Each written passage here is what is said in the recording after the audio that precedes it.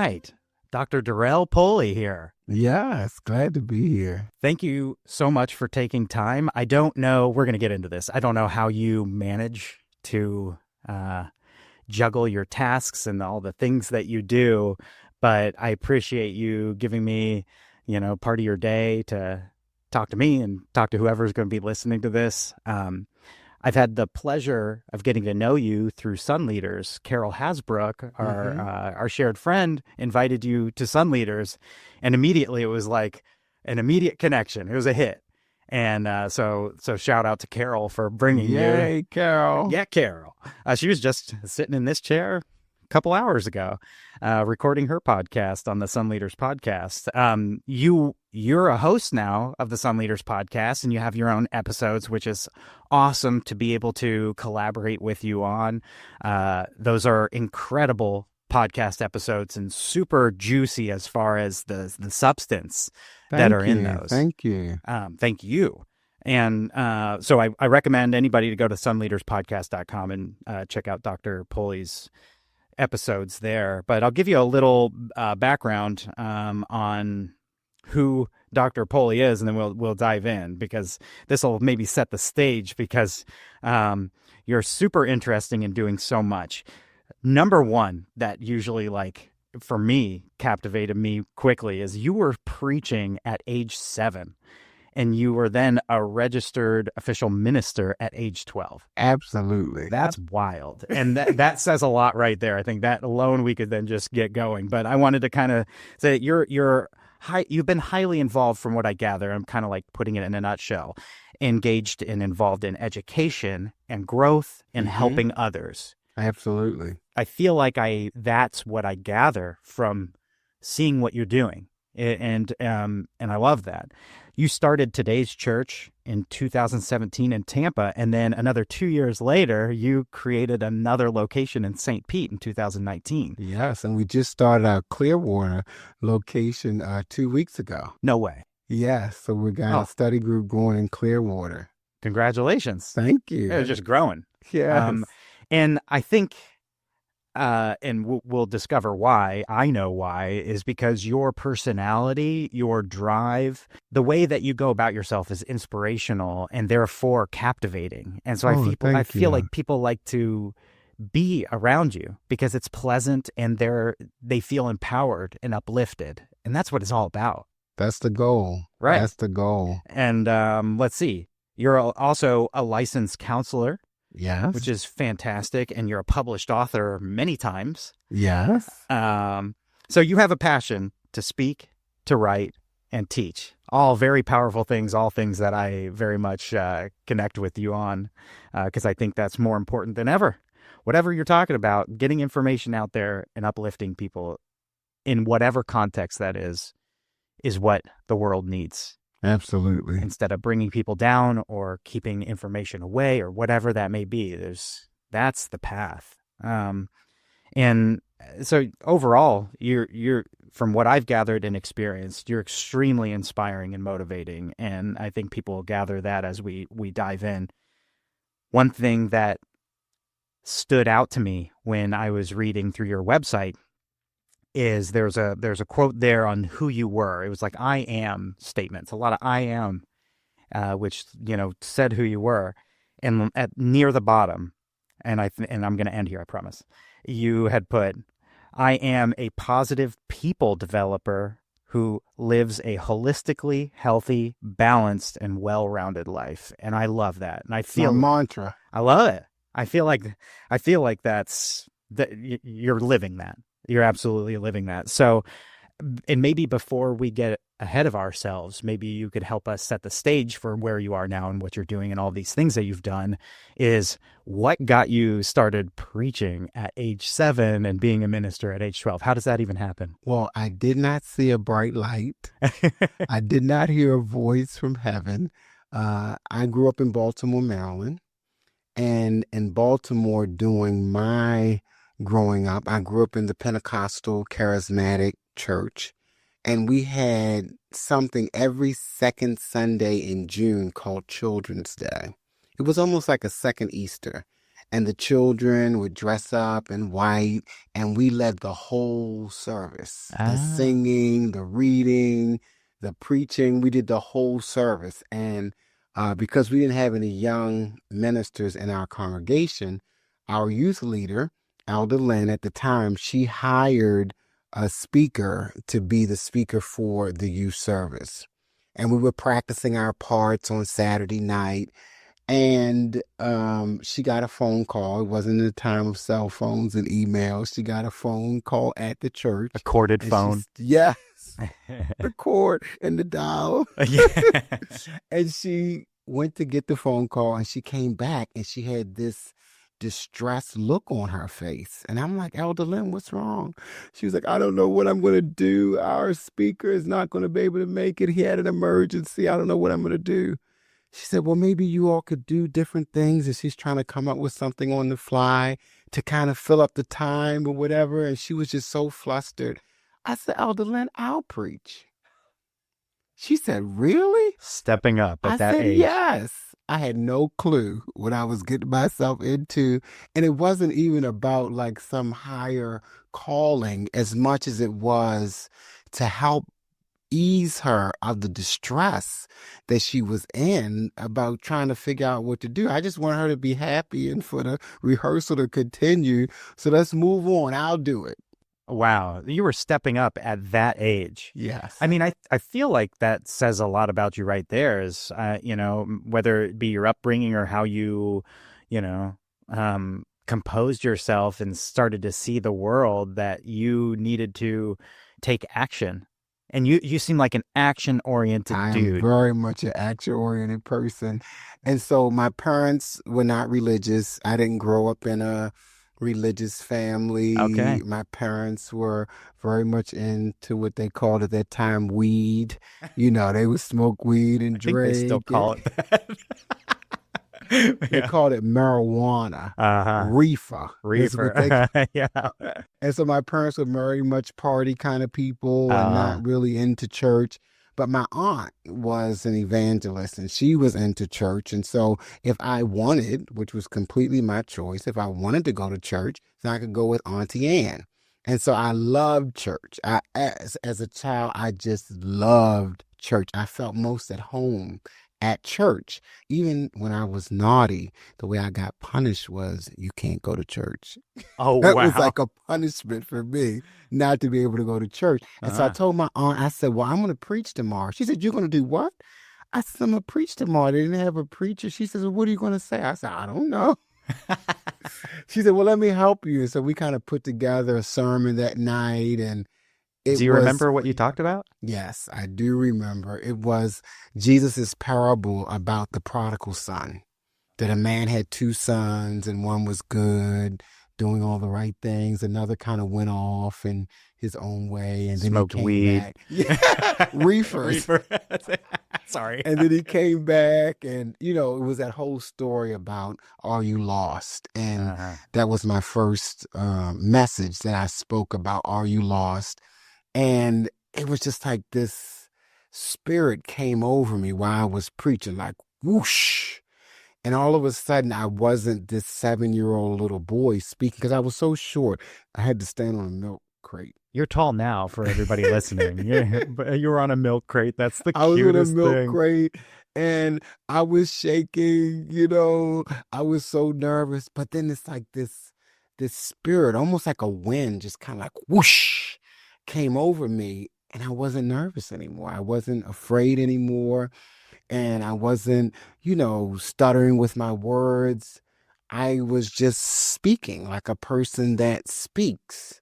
And immediately after the service was over, because we had a lot of guests, they were like, well, can you come preach at my church? Can you come preach at my church? And so No I left way. that experience with like 13 or 14 engagements At to age speak 7. at different places. And I was like, whoa, I wasn't really expecting all of that. So you had the gift. I mean, that's incredible. where, do, where do I start? No, so number one, I was thinking while you're talking, I guarantee, I don't know how big the congregation was at the time, how many people were in the Probably about crowd. 200 or 300 people. Holy moly. Okay. No pun intended. I guarantee that those days of the children taking over the service and like your what you talked about resonated so much deeper than adults talking. Mm. I feel like there's something absolutely special to hear the freshness. You know, I have two young daughters now, and to see my 2.5-year-old and see the world through her eyes and experience what she's focused on. There's this purity Mm-hmm. that, and it's untainted and it's beautiful. And I feel like that's probably what people appreciated about that. And it's ironic because you were talking about being lost, yet you're 7. You know, like you lost like maybe in a mall or in the grocery store. Other people are lost, smoking way too much reefers or whatever it is. Sorry, this is going to be a thread throughout, but I think that's so amazing and cool, and I just imagine being in the congregation, you know, and laser focused. You know, I grew up in a Catholic church. I was an altar boy till 8th grade, and so 4 times a week in the morning I was in church, Wow. and sometimes it was grueling because it felt dry. There's a dryness to it Yeah. that I couldn't quite connect with. But I feel like if there was a 7-year-old up there, like talking from the heart, I would have absolutely connected with that, you know? Absolutely. And so that's captivating in a way. And not everything was dry. There were certain things where it's like, oh, that was a good sermon, you know? But I don't know. I felt like some people got on autopilot, and there's this cadence that Mm-hmm. kind of became noise. It came routine. There's just these things that you did, and then you felt good, and then you went on with your day, and it was hard to, to gravitate towards that too much. Now they have like big bands playing, and Yeah, you know, I church mean, is big, it's big different now. time. Yeah, and that's cool. That's cool. Real quick with the denomination that you were at that time, what did you start in? It was a That was Pentecostal Pentecostal. holiness, charismatic type of church where they clap and run and jump and shout and dance and speak in tongues and Oh boy. fall out and throw sheets on people. Whoa. It was lit and it was live. Jeez, yeah, running around. Oh Again, from the yes. Catholic Church, if you were like running in church, you'd be in They're called for the trouble. men with the white coats. Put you in the rubber room. Yeah. Oh my gosh. Wow. Speaking in tongues, have you ever experienced that? Oh my God. Yes, I do it every Real, day. really? Yeah. What is that like? It's like chanting. It's like Uh-huh. getting out of your head Uh-huh. and just totally connecting with spirit. Some people do transcendental meditation. They have a word that they repeat over and over again. Mm-hmm. Some Buddhists have like a mantra, Namye Reiko, and they say that. So it's kind of the same thing.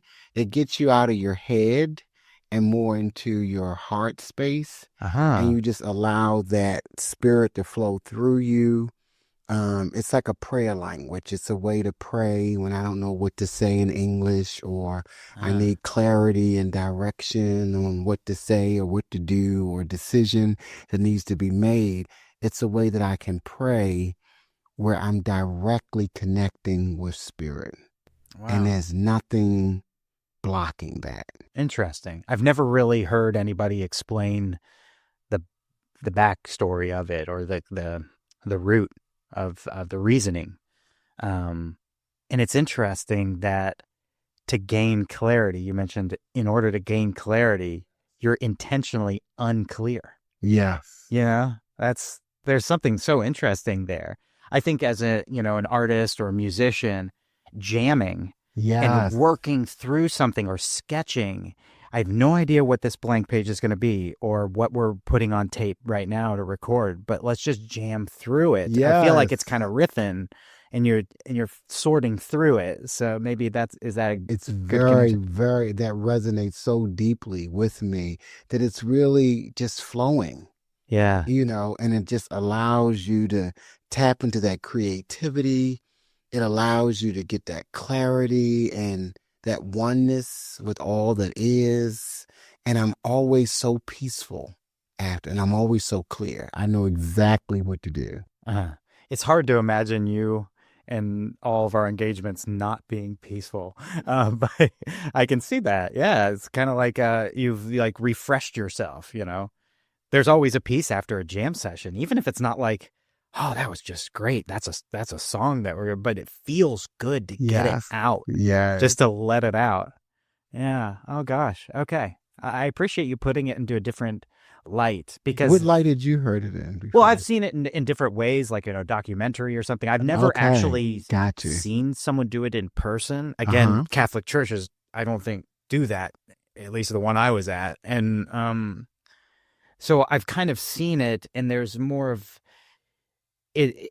There's I've seen it as a more of a performative thing. I think that's the Mm, light that maybe has been framed in it. And I'm got sure you. some people do utilize it in, you know, because you see all aspects of any realm, whether it be religion or not, in performing to get a response. Got you. And I think that's probably the context that I've seen it I framed in. try not to do it so much in public spaces Uh-huh. because I think if I start "Ikababa shandarari o tatarari asete," and if I do that, you're like, well, what in the heck is he saying So here? let's What is keep he our talking distance about? from him, kids.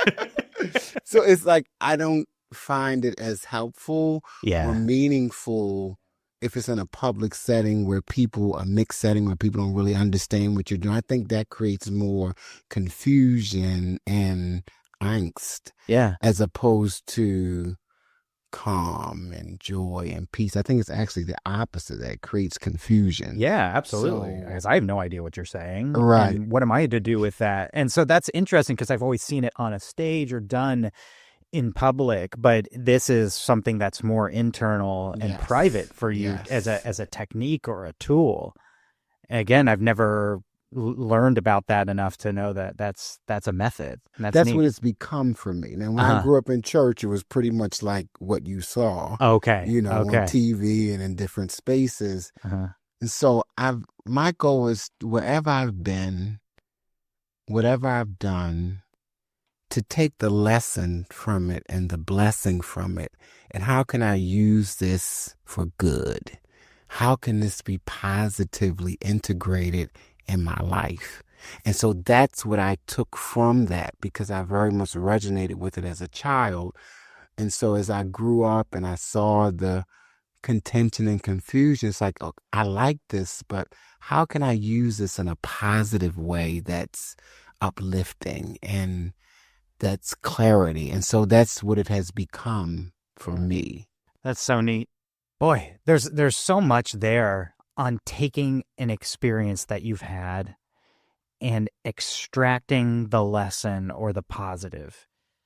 There's things in my wife and I's life where we go, man, there's a whole lot of negative in this thing that we're engaging or have to engage in at this moment, or we're surrounded by in physical space where you can't escape because of particular things. And it's like, how do we deal with this? And, you know, we've been kind of trying to recalibrate as, okay, well, we're learning from this or we're growing from this to be more Yes. patient, to be Yes. more understanding of why this person is doing that and not reacting, which is Mm-hmm. the toughest thing not to do because our gut is to react. Yes. And so, I mean, your approach to things, and it sounds like it started to happen early on, is unbelievably matured, you know, for that age too. And obviously, you've, I'm sure, refined that quite a bit and learned a lot over time. But it sounds like you're very mature at a young age. What do you think Yeah. caused that, or what was it? Now, I believe in reincarnation. I think people Okay. come back several times in several ways until we reach this perfection. Uh huh. Then we don't have to come back anymore. But I believe Uh huh. that people come back to do their soul's work if it was not all done in one lifetime. Mm-hmm. And then I also believe that within a particular lifetime, there can be several lifetimes, several books and chapters of our lives that open and close, and we recreate and reinvent ourselves as well. So I'm more of a both and kind of person as opposed to a either or. So I Mm. believe in reincarnation. I also believe in reincarnating within this lifetime as well. Like my life now is very different than it was 10 years ago. Sure. So I believe I came with some things. Yeah. And Like an old that's, soul almost. yeah, You're prepped yes, I for believe, this. very much believe that. Well, number one, I wonder if this is your last journey. Like you're nailing it on this round.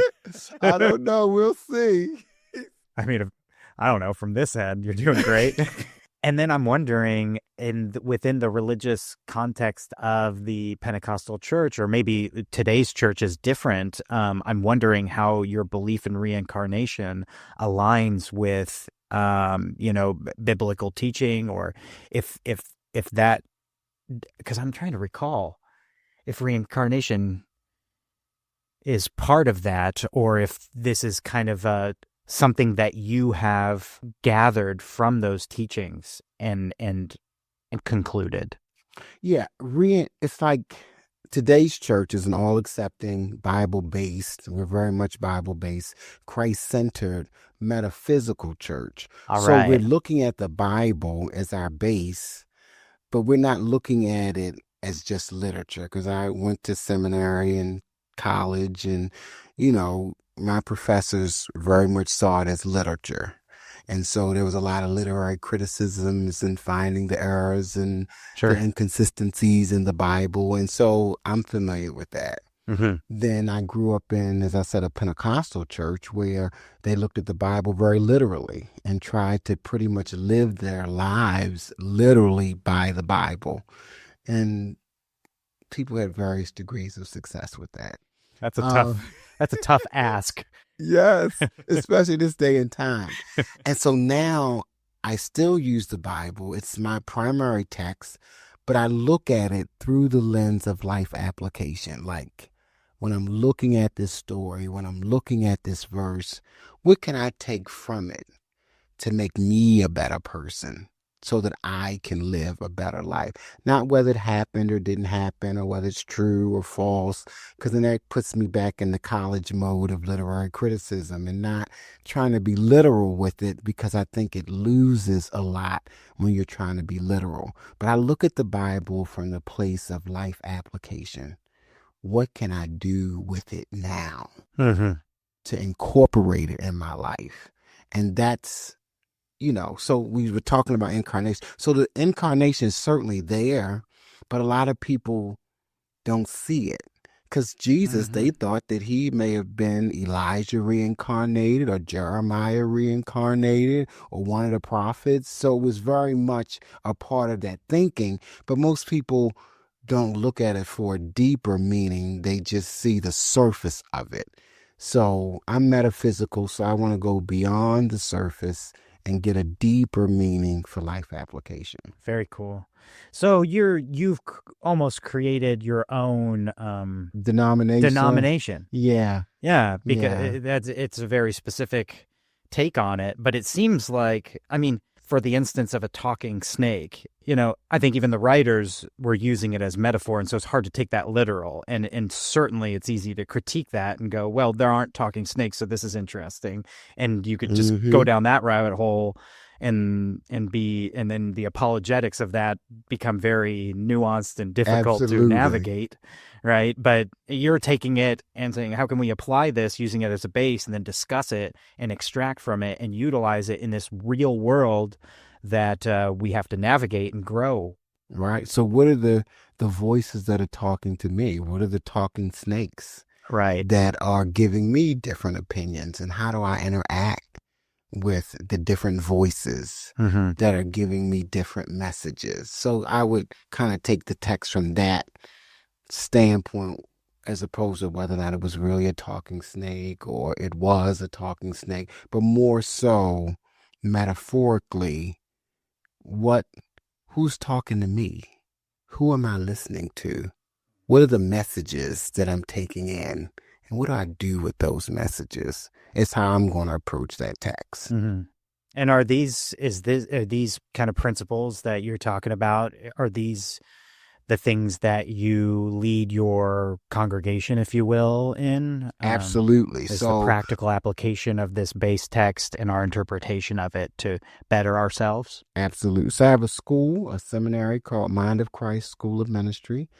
And so that trains people in metaphysical interpretation.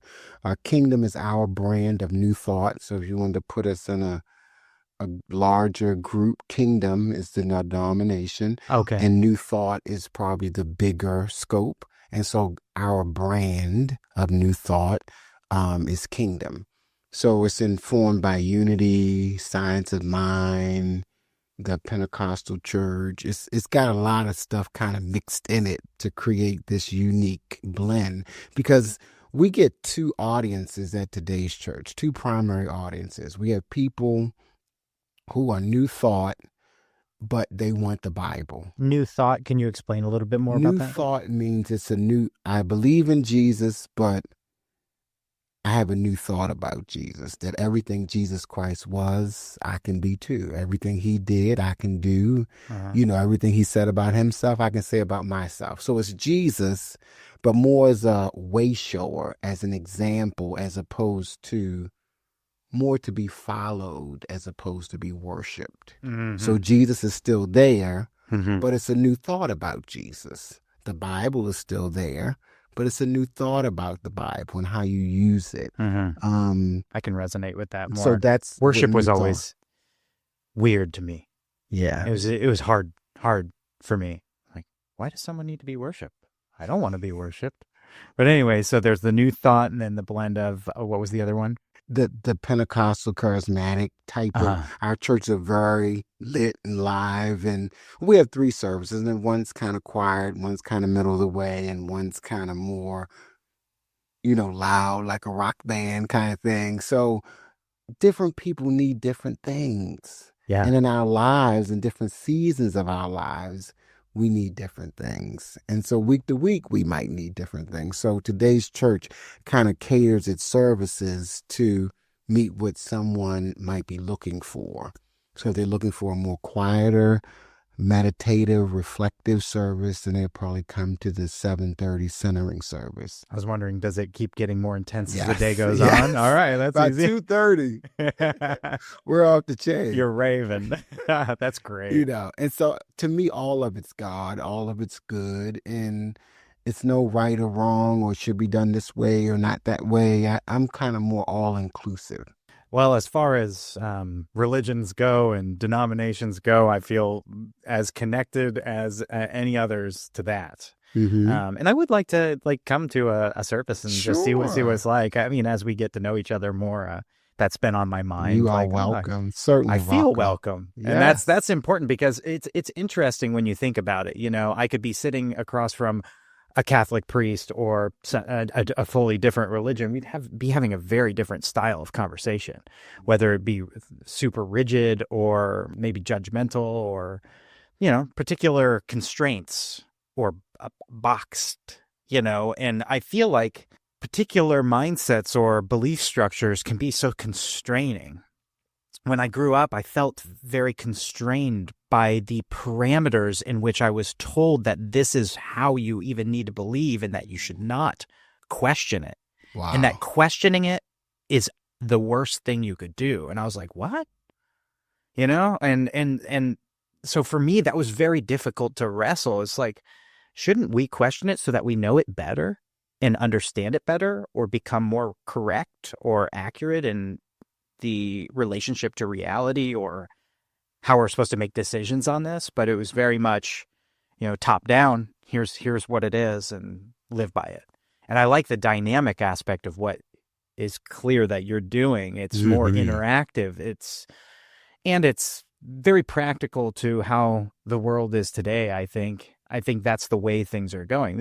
It's not one thing. It's a blend of these things. Exactly. Just like, you look at America, we're a blend of immigrants. We started from all over the place, and now we're just this hodgepodge of people, there's a beauty to that. Absolutely. And I feel like we get to see each other better when we look at it through the lens of all inclusive, both and. I don't have to be right and you wrong, or I'm wrong and you're right. That why can't we both be right? Yeah. Why can't we do what works and resonates with us? Why does it have to be just one way? People are so diverse. So I think it's important to be open and to be receptive to different ideas. And that works for me. I've preached in the Catholic Church. I've I bet they preached for loved you. they did. Oh yeah. I've preached at a mosque for Cool. Muslims for Ramadan. I've spoken in Jewish synagogues. I've been to the Baha'is. Anywhere I'm invited, I will speak. And I believe that there's a message that can be broad enough that regardless of people's beliefs, that there are universal truths that resonate with everyone because we're spiritual beings. 100%. I love that. I think that is like one of the most important messages these days because people are so hung up in differences. When 99% of the time Yes. we agree on the same things and you are getting hung up on 1% and villainizing each other. And Mm-hmm. and we're living in the same country, the same neighborhood. We're sharing the Absolutely. same air, and you're hung up on this, whether it be sports or politics or religion. It's Mm-hmm. like, what are you guys doing?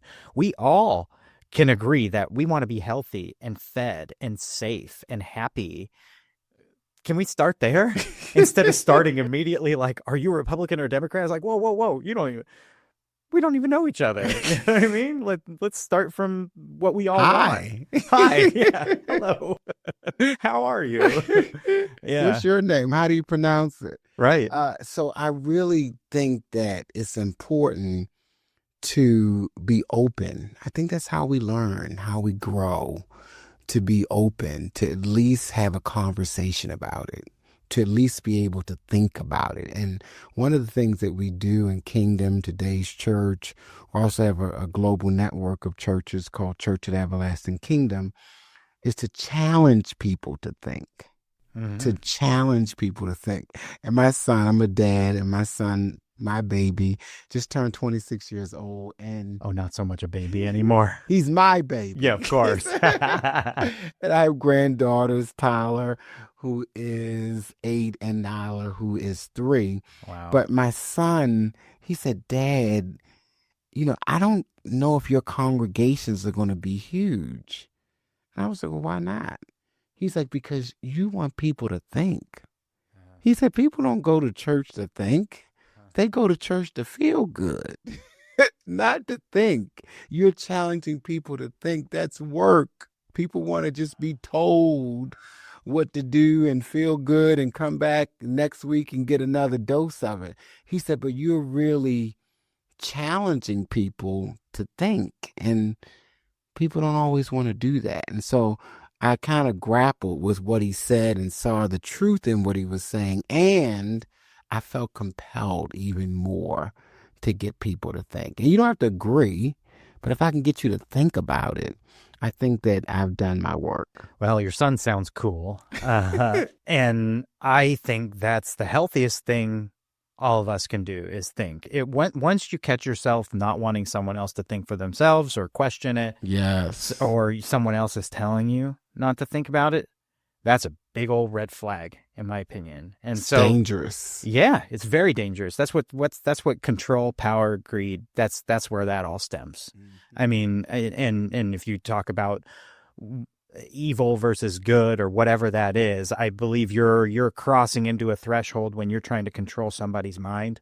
Yep. That's not good.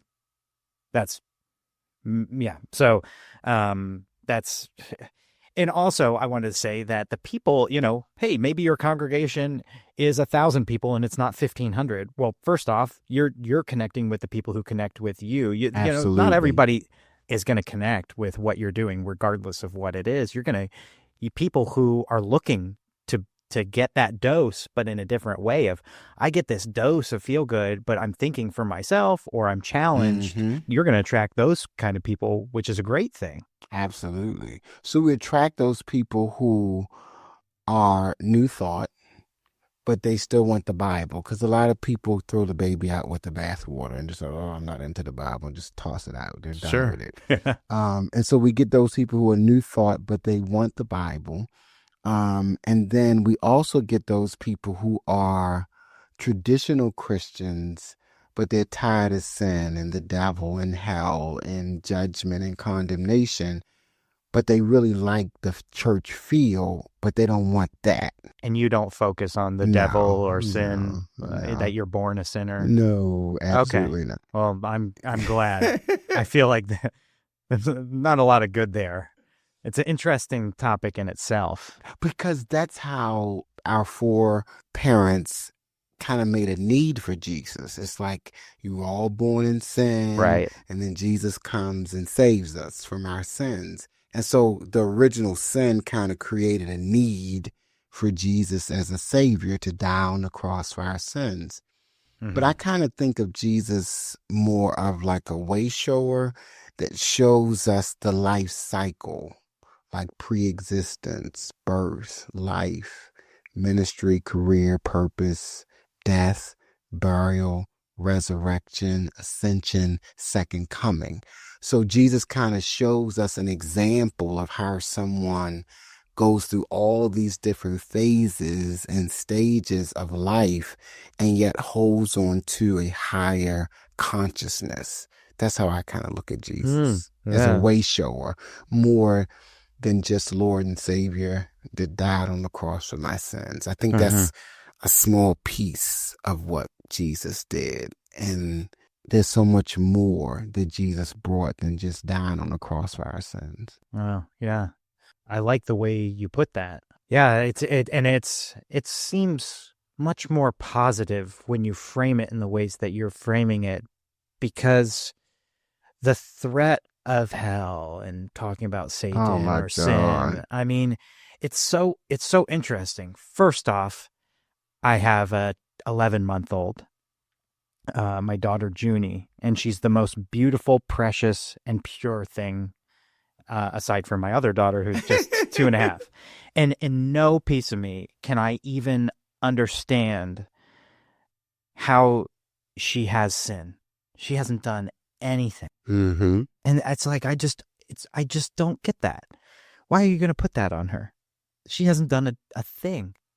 She's the model, if anything. Mm-hmm. As far as a baby, they haven't done anything. They're just living and breathing and being. And there's a beauty, a purity to that I'm trying to grab onto and really stick, because we're done. Two is good. It's a lot. And so I'm trying to really like bookmark every feeling that I have about this in stone Mm-hmm. to take with me in moments where I don't feel purity is in me or around, and to Mm. kind of harness that. But I also always grappled with the hell and damnation. I used to ask my mom, well, if you're going to go to heaven and people are in hell, how are you fully in heaven and happy knowing so many people are for eternity Mm-hmm. burning, if you will? Yeah. How how can you think about that or know that and be fully happy or pleasant in your day to day in heaven or whatever that may be? That always, there are these things that always I got hung up on. Yeah. And I've since then been searching for a good answer to that, or a good explanation that someone could uh, tell me about it. Just it doesn't seem to ever be explained, or there's a diversion to that, and that's always been difficult for me. I love those kind of questions and discussions. They're meaty, the apologetics of all of it, or just like diving into why would this, if a God designed this whole system, why that? Because that's part of the design. So that's an interesting, as a designer myself, that's my bread and butter, is simplicity, and effectiveness and use. And it's like, that's an interesting design decision, as far as from a designer's eyes. And that, again, that's a kind of been a hang up, but I like that you frame it as, well, we're going to look at the positive. And does that ever come up, or do you just try to navigate around it, or No, do I you deal with it acknowledge it? directly. Okay. Yeah, I think for me, heaven and hell are states of consciousness, Uh-huh. right? As opposed to physical places.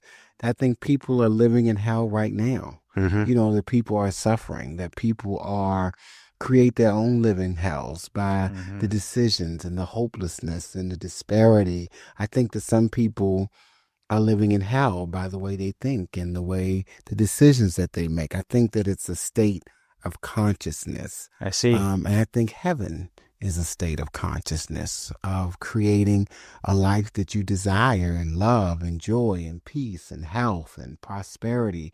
So I see it more as states of consciousness. And now, I've never died that I'm aware of and came back. So it might be a physical place. It might not be. It might be, hell. I don't know. I've never been there.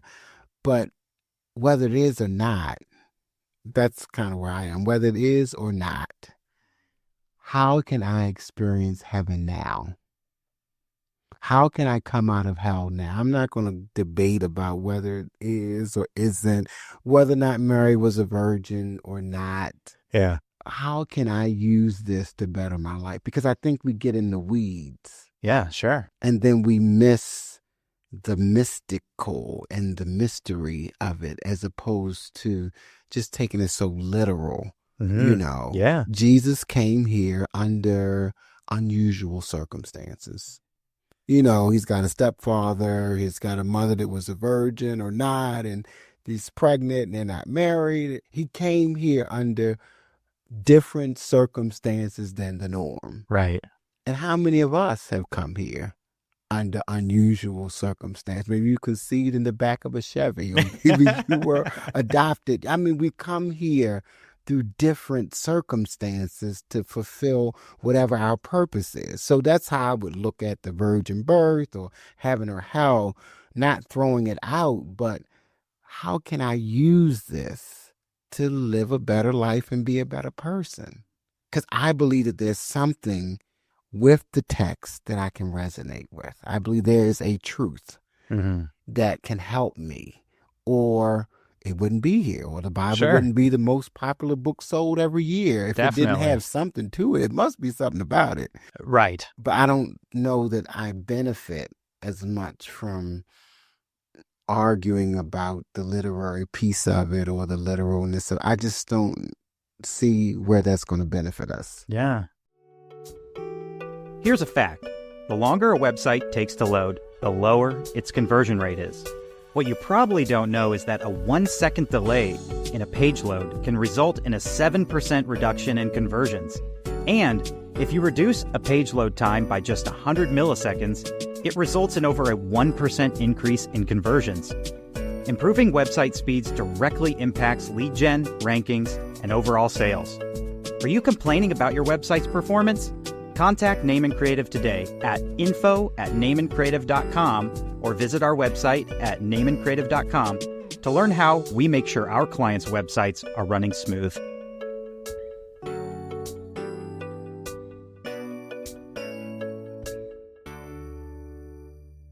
I think that's a really honest, your way of saying I don't know if it's a physical place or this or that.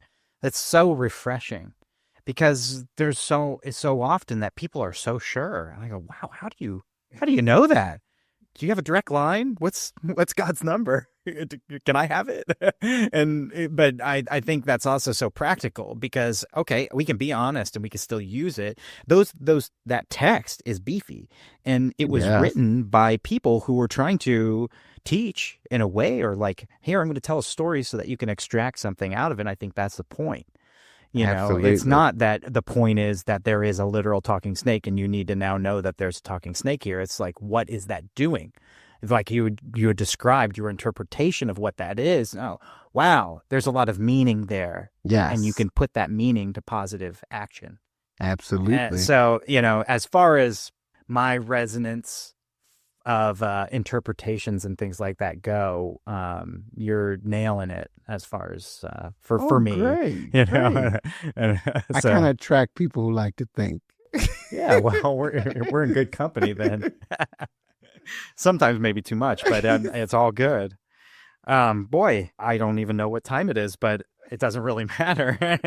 um, but I do want to be respectful. I think it's interesting. We've kind of talked about it with this the dynamic world that we live in. And now with technology, with the amazing speed at which we communicate with anybody in the world, there's this unreal connection to everything, which is so powerful. Yet somehow that connection has actually watered down connections in a way, or, hurt relationships or whatever that may be. There's this yin and yang to, with great power comes great responsibility. Nuclear power, you could destroy the world or you could power the world with Absolutely. it. AI, we could really use that for great things like detecting cancer earlier, or we can displace 1 million jobs tomorrow. And how do we use that? And I think technology is great to be utilized. Just what do we do with it? But I'm kind of wondering your interpretation as you've seen things from your lens on this changing world, whether it be politics and people being so heated, or I'm trying to set the stage for what your perspective is on this, the dynamics of the world at its current state. If you could reflect on that. Sure. People, because I'm also a therapist, I'm also a minister, and I became a minister because I became a therapist, even though I was a minister, because I was in a lot of pain.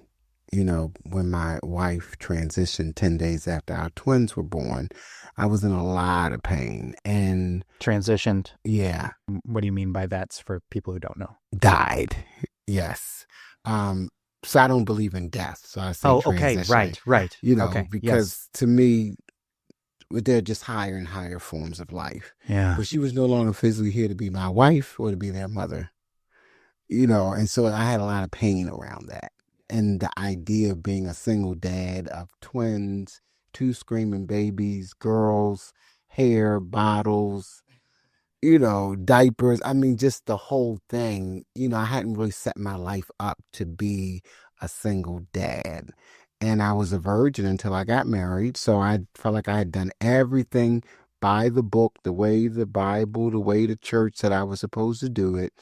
And then my wife died, transitioned 10 days after they were born. And so I'm instantly a single dad at 22 years old. And that's how I got into counseling, because the church, the Bible, the ministers, they didn't know what to say or do or how to help me navigate through this. So the tried and true sayings, it didn't help me. And so that's how I got into becoming a therapist. And I got into becoming more like New Thought, metaphysical kingdom, because I needed a theology that was big enough for me to fit into. Where as a dad, as a therapist, a psychologist, a minister, all these different pieces, that my theology would be big enough to fit all the different pieces of my life. Yeah. And so I remember one day I was at school, because I was a school psychologist first, and I had a student, and she was pregnant, and she was not married, obviously, and she wanted to have an abortion. And so as a therapist, I was very much, let's look at the different options, and let's look at the pros and cons, and empowering her to make her own decision. That very same day, I went to church. I was also a minister. And I had one of the youth members of our church to meet with me. And she said she was pregnant. Yeah. And I totally took a different approach. Like, you have to have this baby, abortion's a sin, blah, blah, blah, blah, blah, blah, blah, blah, blah. And I felt like I was in the Twilight Zone. Dr. Jekyll, Mr. Hyde. It's like, do. I was like, I can't do this anymore. Yeah. I need a framework that's where I can say the same thing, whether I'm in the counseling room, whether I'm in the pulpit, whether I'm one-on-one, small group of friends, family. I needed something that was big enough where I could be consistently me and not have to switch up and cut it on and turn it off and adapt to this and figure out how to be here. But I was just consistently the same person everywhere I went. And so that's got me into thinking about things differently and studying new thought and metaphysics and unity and science of mind and all those different kinds of things.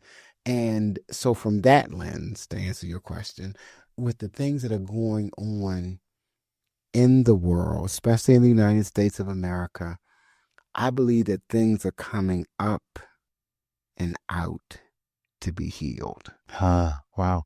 I think that there is a lot of healing that needs to happen in this country, but we didn't Yeah. even know we were sick. Yeah. Or not admitting it or seeing it, blocking Exactly. it. And so now it is on large display, Oh, yeah. and we get to look at it and see it and really decide what we're going to do about it. Whereas before, I don't think we really knew the greed, the self-centeredness. I think we thought we were all kind of, kumbaya, you know, but people were thinking and feeling this way the whole time. But they Right. were being politically correct and they were playing nice and why don't we all just get along? Mm-hmm. But there were things deep inside, belief systems that were not being discussed, that were not being talked about. So now that nobody has to play nice, we get to see what's really in people's hearts, what's really in people's minds, and then we can make some decisions and choices about how to deal with it. But until it comes up and out, and we really get to the truth of what people are really thinking and feeling, we can't heal it. Mm-hmm. And so Wow. that's my take on what's going on. It's just like having a cold. You got this phlegm on your chest. In order to heal, as nasty as it is, as ugly as it is, as much as it is disgusting, it has to come up and out in order for you to heal. Right. Wow. When I was asking that question or trying to, I just assumed inaccurately that your perspective on that would be powerful. I've not thought about it in that way, and I think it's so accurate. Oh, I mean, you just like take that clip and show everybody and go, "This is what's happening." All right, so now, in your opinion, what are the methods of to go from here? How do we heal? What do we do with this as an individual or as a community? What now? I think that we recognize the pieces and parts of it that are in us. Because as ugly as it looks on the screen, and as much as we can point the finger and say, those people, I believe some of those thoughts and feelings, maybe on lesser degrees, are also in us. So we look at our own isms and schisms and biases and deal with that on an individual level. I think it causes us to look at our families and to have discussions and talk about things as opposed to us dividing. Oh, I can't believe you could think that way, believe that, do that. I don't have anything else to do with you. Done. We're finished. Right. Even if you're my family, I know how this has caused families to just divide, friendships to break up, companies to just be abolished because it's so clear now. Are you on this side or that side? Yeah. And now I think it's time for us to have the conversations, to have the discussions within ourselves as individuals, our smaller groups, and as a collective to start talking about these things and to look at alternative ways to deal with these things. I didn't even know the power that people had in various positions. I wasn't interested. It didn't Mm-hmm. suit my fancy. But now, oh, you could do that in that position. It's like, who knew that you had that? I just never thought Sure. that different positions carried that kind of power and had authority to do certain things. So it's like, it's a wake up call. Right. And so now I will certainly be more conscious of what I'm doing and how I'm doing it and who and what I'm supporting and why and all those kinds of things. So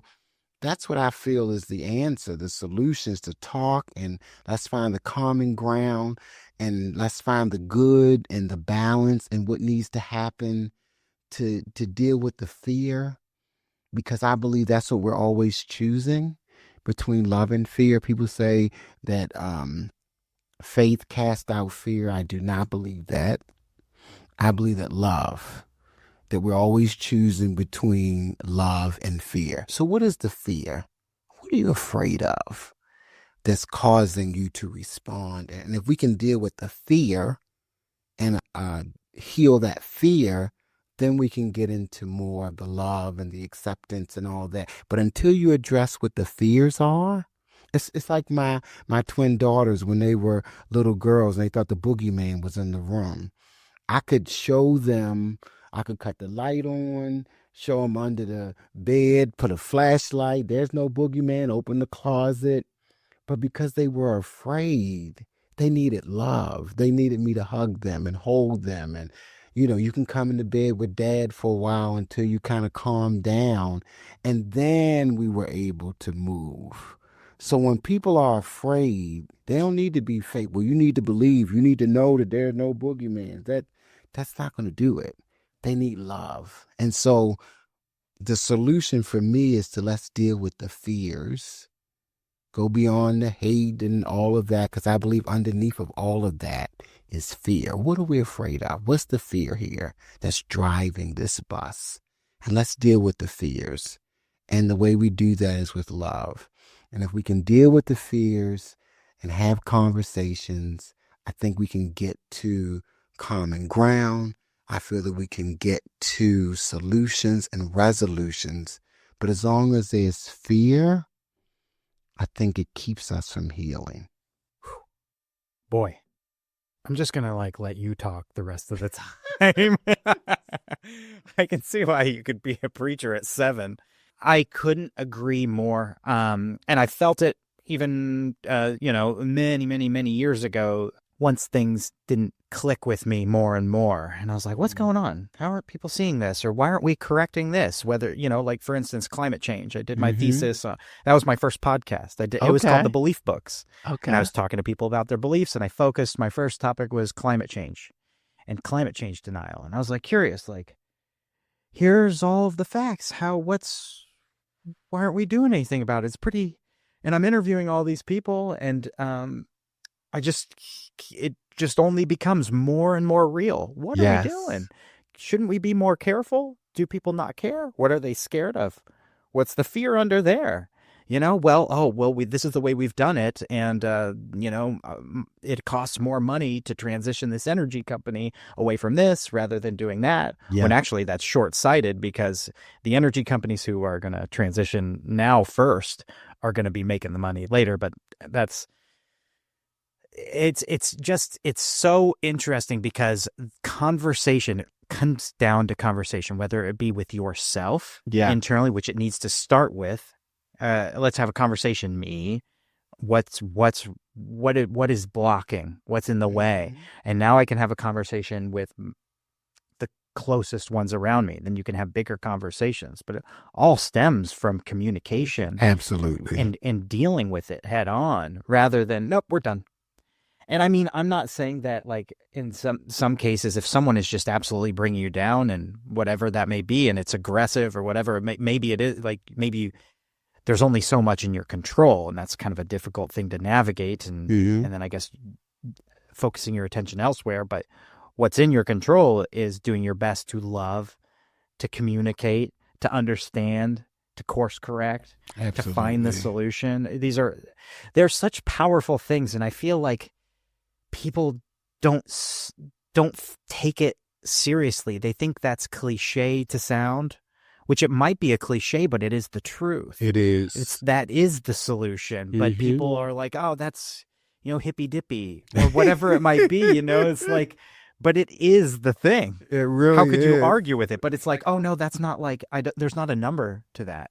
It's not a thing that I can engage with. Well, it absolutely is. Absolutely. It's not on my screen. Well, absolutely is. It is a thing. there's just so much there. That's why I have this podcast. That's why I love talking to people like you. I want to have more of these particular conversations. We talked about business owners and people doing awesome things, musicians, and having them perform live. I had my grandma on. I Wow. love that. I love this conversation. I'm glad that we're really not talking about business. It's fantastically refreshing. Yeah. So hopefully people who need to maybe hear the things that you're saying hear it. I feel like we have to do a part two. Absolutely. I'm open and receptive. Cool. I I have some ideas I want to tell you about, and I think I can involve you in some other stuff we're doing with Naaman Creative as far as a Sure. news network that I want to make. Spoiler alert, people. Maybe helping people who are business oriented or working on a lot of things. It's clear that you do a lot. I mean, I don't know how some people get things done, get it all done. I've got a lot on my plate. It's very hard to get everything done. Last night, I continually fall asleep at my keyboard. Last night was the first time I've ever fallen asleep recording a Loom video of feedback for my team member. Oh, And it was wow. like a blink sleep. So it was like 2 seconds where I fell asleep and I was talking and then I picked back up, but I knew I was asleep. I was like, okay, I really need to go to bed now. But anyways, how do you manage your time? What are the methods that you manage your time and tasks to get this all done, to stay peaceful, to stay calm? And maybe that is the solution because I know you meditate I and do. and you do. Journal. Okay. Journaling is a big part of what I do to process my thoughts and feelings.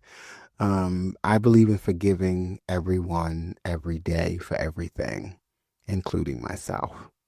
And so I'm only dealing with what happened in this situation. I'm not bringing what happened last week and last month and last year and century and decade into this. This is just about this.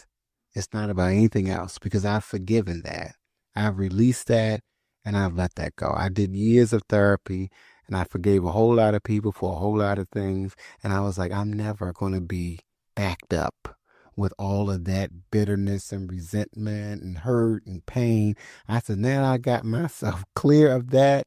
I need to stay in that mode of clarity. So I spend a couple hours a day doing journaling, meditation, mindfulness, breathing.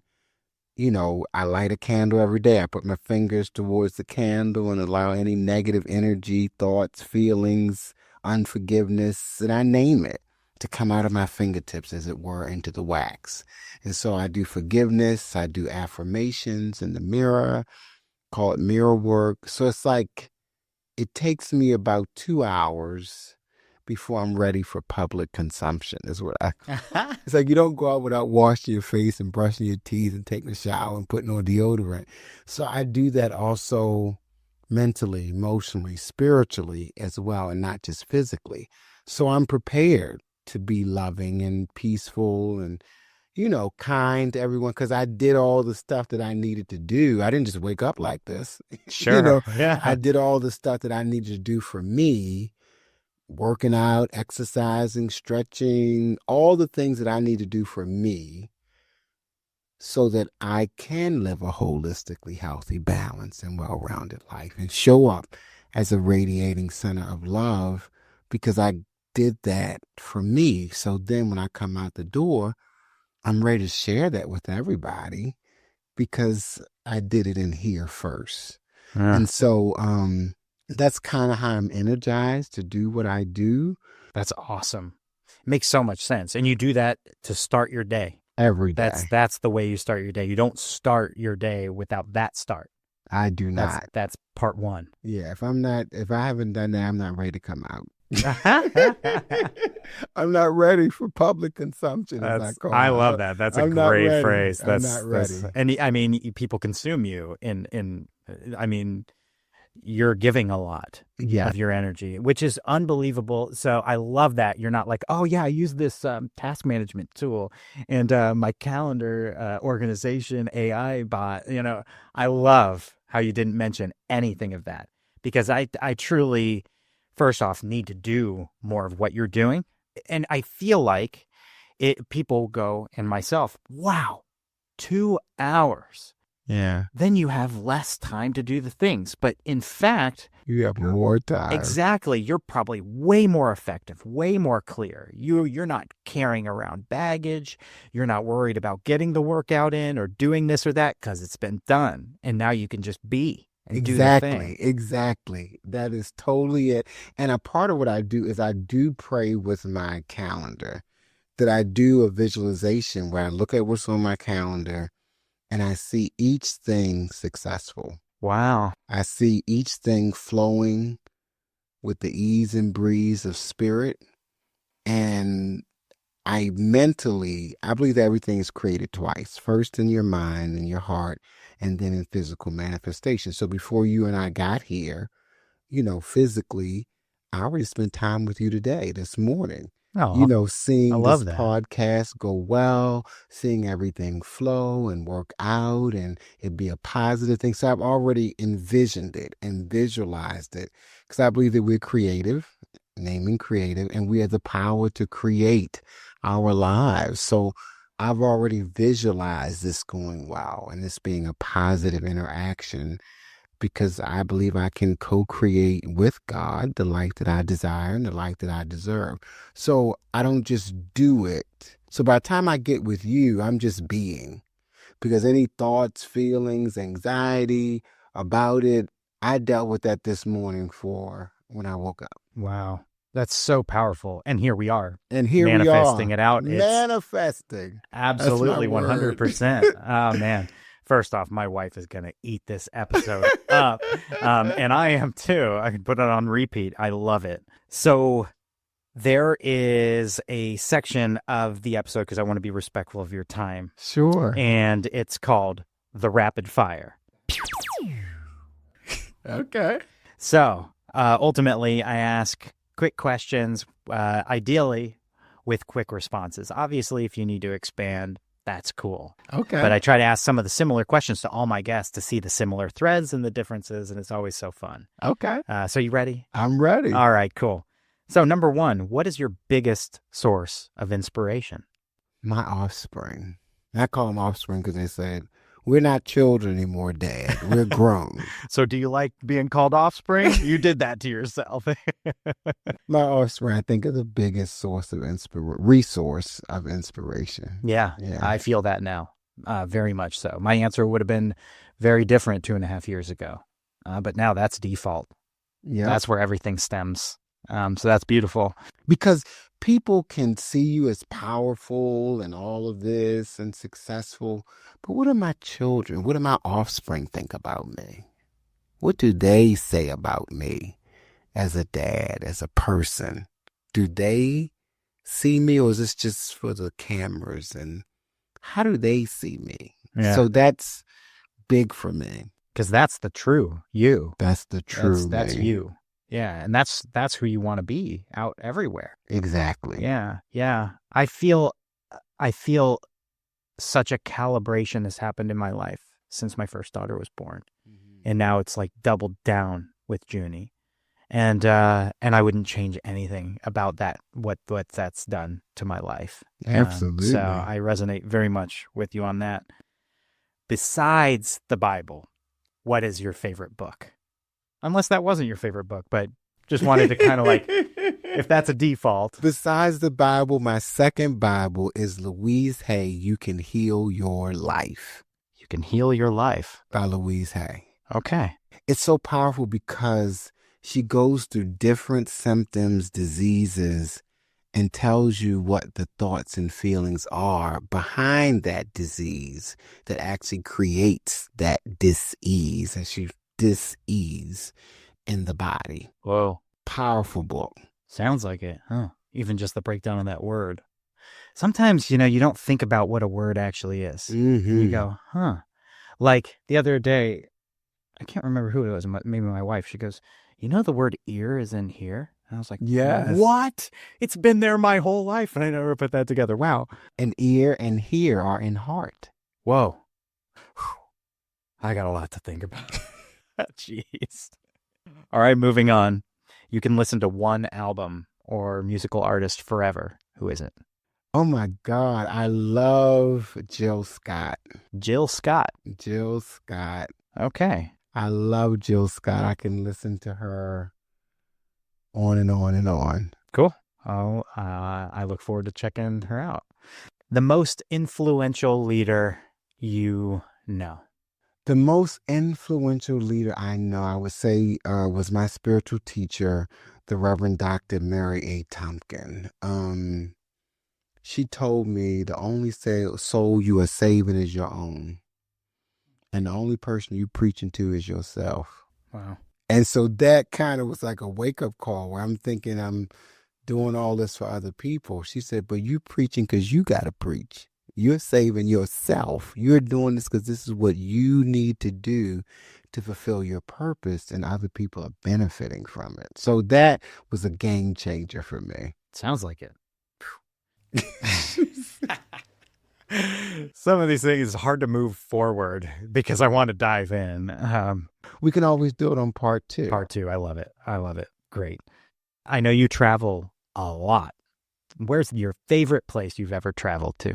Valencia, Spain. Okay. Just so beautiful. Like the buildings, the architecture, the water, it's just, I felt like I was just baptized in beauty. Wow. When I was in Valencia, Spain. Okay. Putting that on the list. Great. All right. Okay, cool. Me and my wife are big travelers. I don't know love if to she's travel. been there, but I have not. So, and there's nothing better as far as getting out of your head or out of your bubble, understanding others more. Traveling has changed my life in more ways than I could ever explain. Absolutely. It's the healthiest thing in my opinion. And I'm so glad I used all my money on that. I would gain money and go broke. Gain money, go broke, because I would use it on traveling. That was just the game for years. We are brothers from another mother. I love it. Cool. All right, last one. I feel like you're going to nail this one. What is your definition of success? The definition of success for me is the fulfillment of purpose. That you have an idea of why you came here to this planet, to this incarnation. And fulfillment comes from fulfilling your purpose. And to me, when you can be fulfilled by fulfilling your purpose, then that is success. Love it. Love it. Well stated too. It's sometimes hard to get it out, on what that is.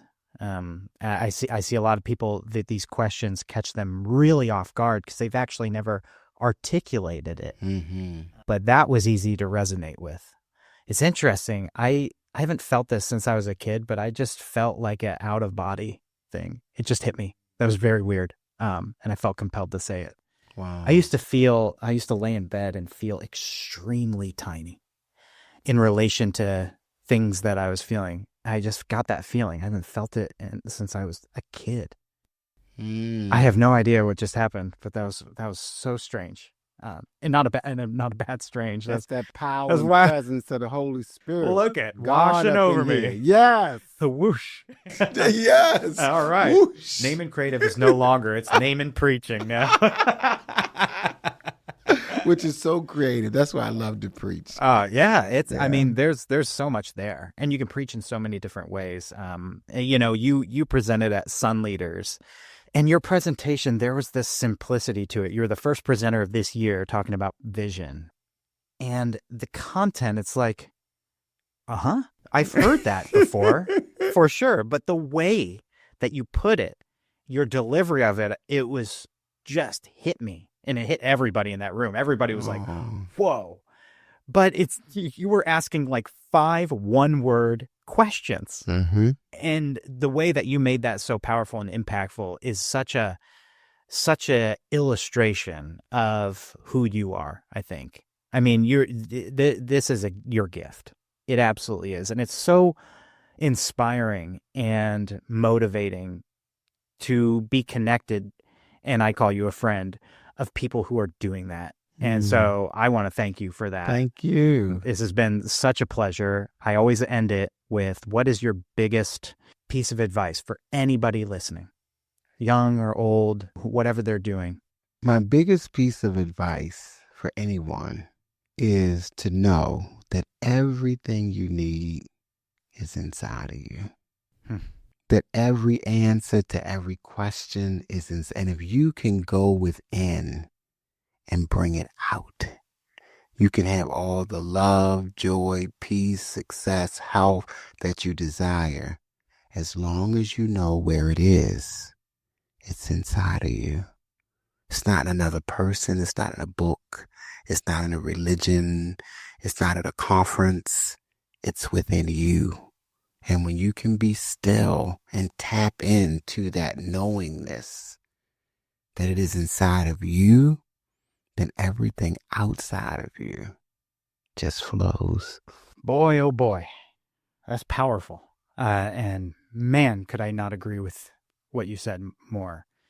If you've gotten this far in the episode and you are not blown away or impacted to do something, I don't know. I don't know if you were listening to this or not, or paying attention to something else. But I just want to thank you for your time again. I Thank really look forward to you. part 2 because that's got to happen.